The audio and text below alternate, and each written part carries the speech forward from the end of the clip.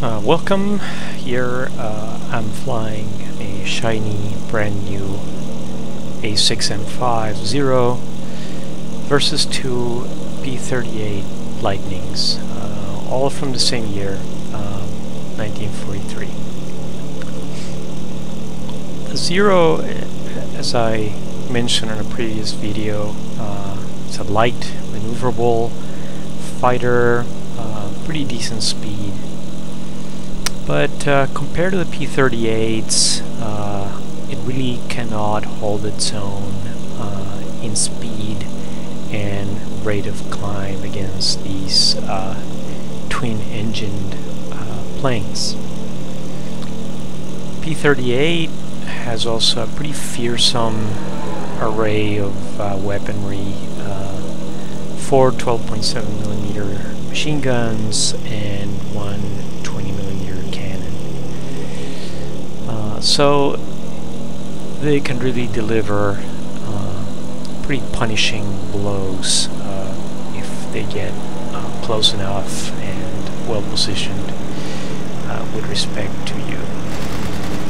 However, they are not very maneuverable, particularly at low altitudes, and they can be quite vulnerable because of their very large size. They make for a very big, meaty target.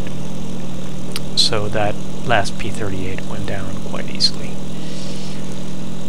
However, one does have to be careful when going on level flight, because given enough time they'll be able to catch up and get within firing distance, and once you're there, it doesn't take them long to really pulverize a plane like the Zero, with its lack of armor and lack of self-sealing fuel tanks. It's not a good match against the guns of the P-38. It's an interesting fact, 1943 Operation Vengeance happened.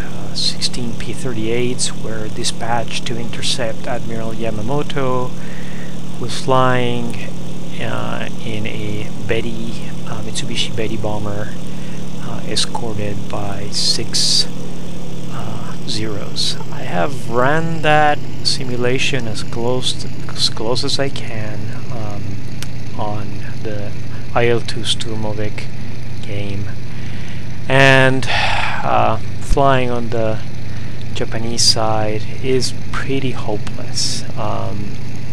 Vastly outnumbered, and using zoom and boom tactics, the P-38s just really make mincemeat of the Betty bomber in no time.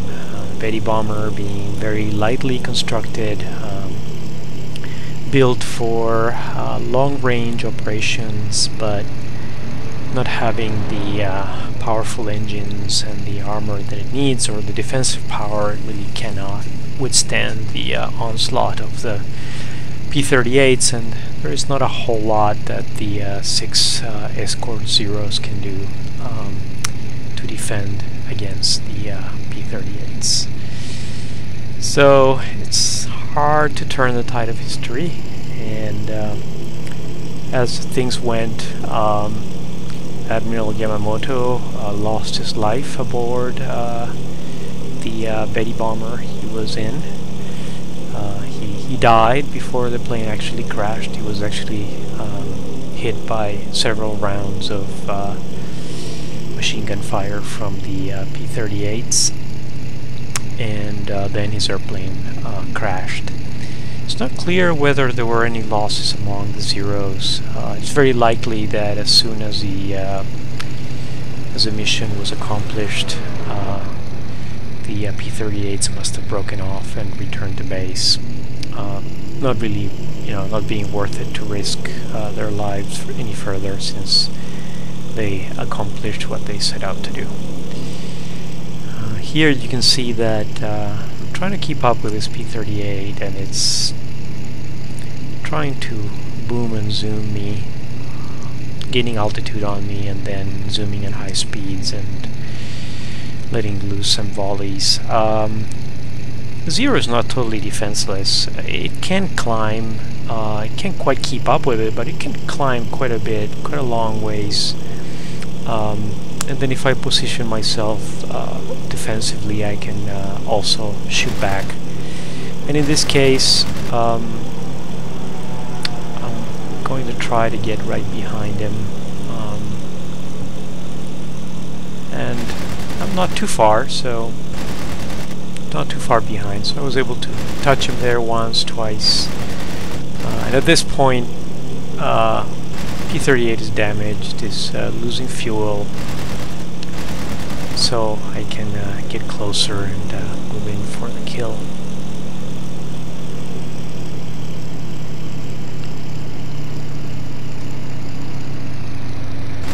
And at this point, P-38 is losing speed.